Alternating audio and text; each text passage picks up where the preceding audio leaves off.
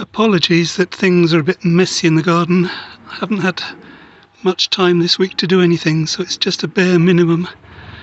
This is Abraham Darby. I wanted to get this before the torrential rain forecast comes.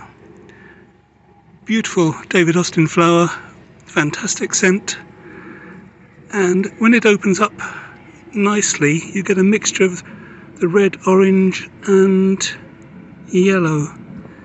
Not totally visible on the camera, I don't think.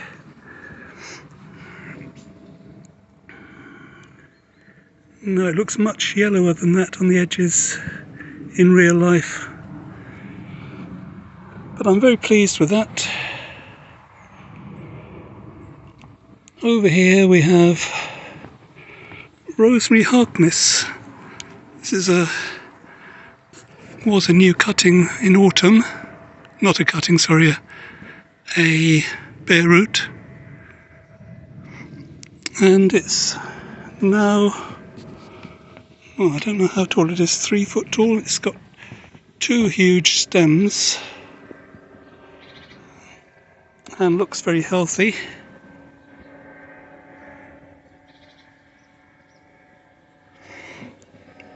And over here we have, what do we have here? I have to look for the label, sorry. We have Peach Melba, looking much pinker than it has been recently. I think it's that thing where roses tend to turn pink as they grow older. And this is Sent from Heaven, a climber.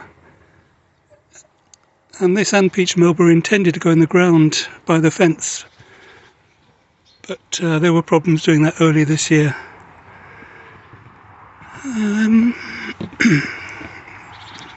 Elizabeth, that's not Elizabeth, that's a hydrangea, looking very good. And I can't remember offhand what that's called, but that's doing very well this year too. I think it's the cool weather and the rain. Elizabeth, I find the blooms are very sparsely dotted around. No, there are a fair number of flowers, but they're not in clumps, clusters. But all the same, an attractive rose. Slightly old-fashioned look to it.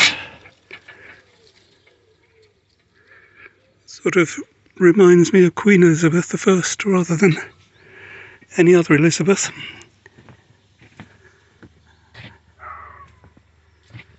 We've got some of those bugs here. Oh, it's gone. Where's it gone? Lost it. There's another one.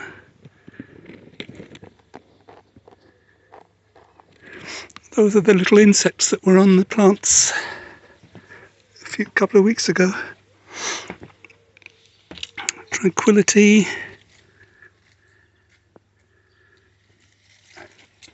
And Emily Bronte, not much left on her at the moment. Not much left on the Princess Alexandra of Kent or the Princess Margaret.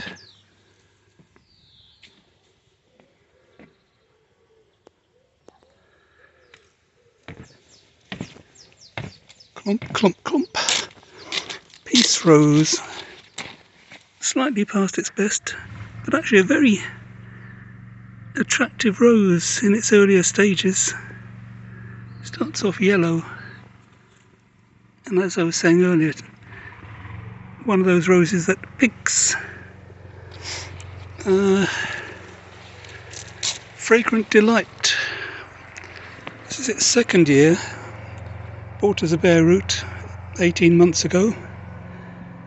Wasn't very impressed with it last year, but as it bulks up, it's beginning to look more attractive and fragrant. And behind it we have the 3 Ancient Mariners. I'll try and get in closer without kicking any other roses. And this one is beginning to show signs of wanting to flower again, and this one next to it is still flowering from its first flush, but that's got new growth on it, looking quite healthy too. And the third one over there doesn't get as much light, so I don't expect it to perform as well. That's sort of the most north facing, shaded a bit by the others. And Sweet Honey, a lot of you will recognise. End of the first flush, but again, beginning a second flush, you can see that.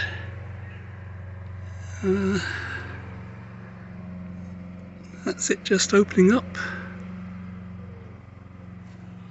A few more buds there. Don't know whether that's the end of the first flush or the beginning of the second. Bit confusing.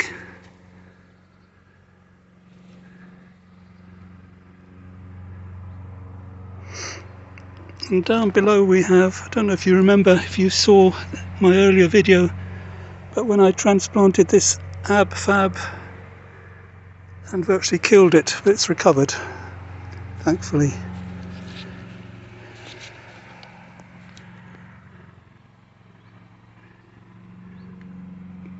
Very fragrant, but I've forgotten its name again. It's, oh, that's helpful, it says zinnia. That's what happens when you reuse a name tag. Mum in a Million, of course.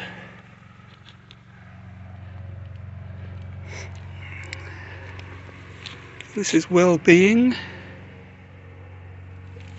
I just think this dull foliage, I don't know, it looks brighter in the camera. Very dull looking to me and doesn't look healthy. Apricot Queen Elizabeth.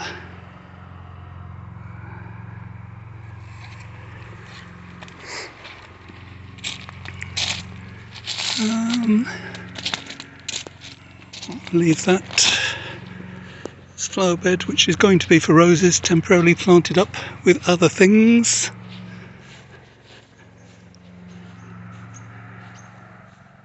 That's a nice clematis. I don't know which one it is, there are several with that sort of colouring and pattern, very attractive. This is my cutting of, it's not a good day for names today, is it? I must be getting really old. Well, you'll recognise it, I'll remember it in a second. Eustacia Vi.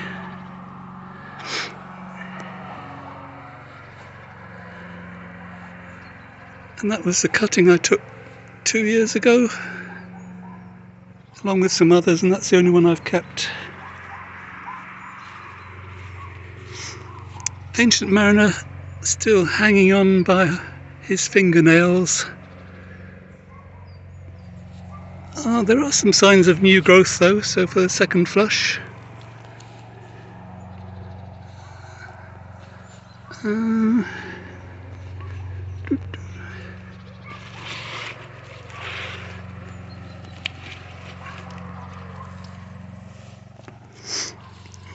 Poppy.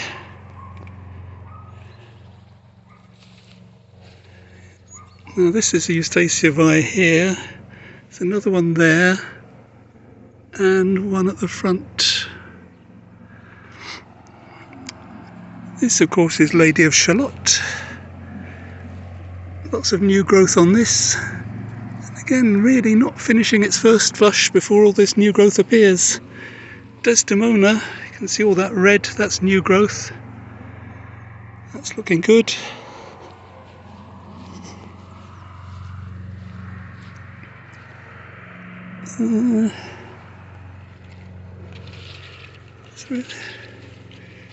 Just walk through this. Oh, here's a nice Desdemona. Lovely orange. I think I'm an orange person.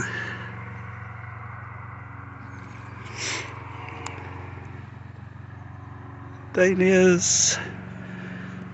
These down here are cosmos. They're only about 8 inches tall, but they will grow to be about 6 foot tall and need support.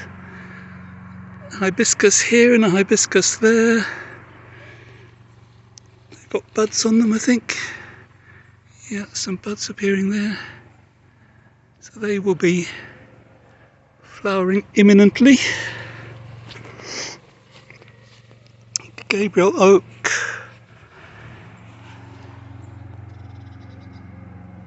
Again, quite a lot of new growth on Gabriel oak. Look at these stems, look at the thickness of that. I don't know if you can see how thick they are. Very spiky. Poet's wife, as I've complained before, is tending to become a ground cover rose.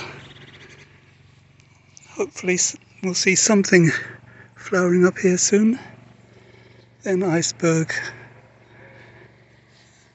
And a second flush of this Eustacia. The others are a bit slower perhaps, I don't know.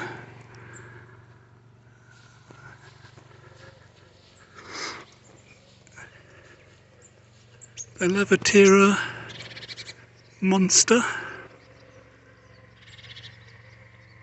I sort of feel like getting rid of it, but it flowers virtually non-stop throughout the spring, summer and even autumn. So it's not something you want to lose. Loose strife, the yellow there.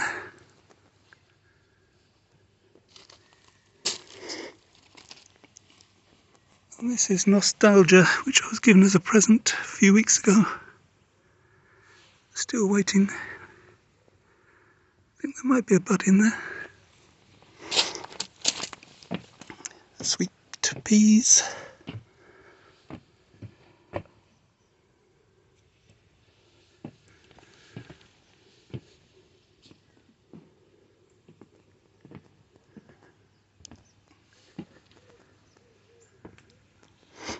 Well, this is a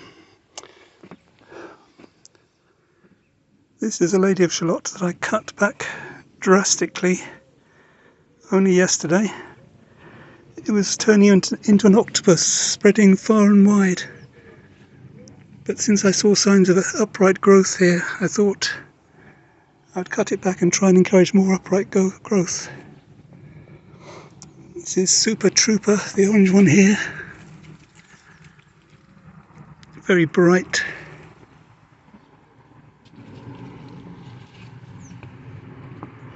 Alright.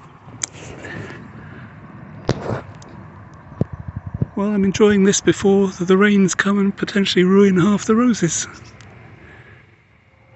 There's the nice view for you. Looking towards Wales.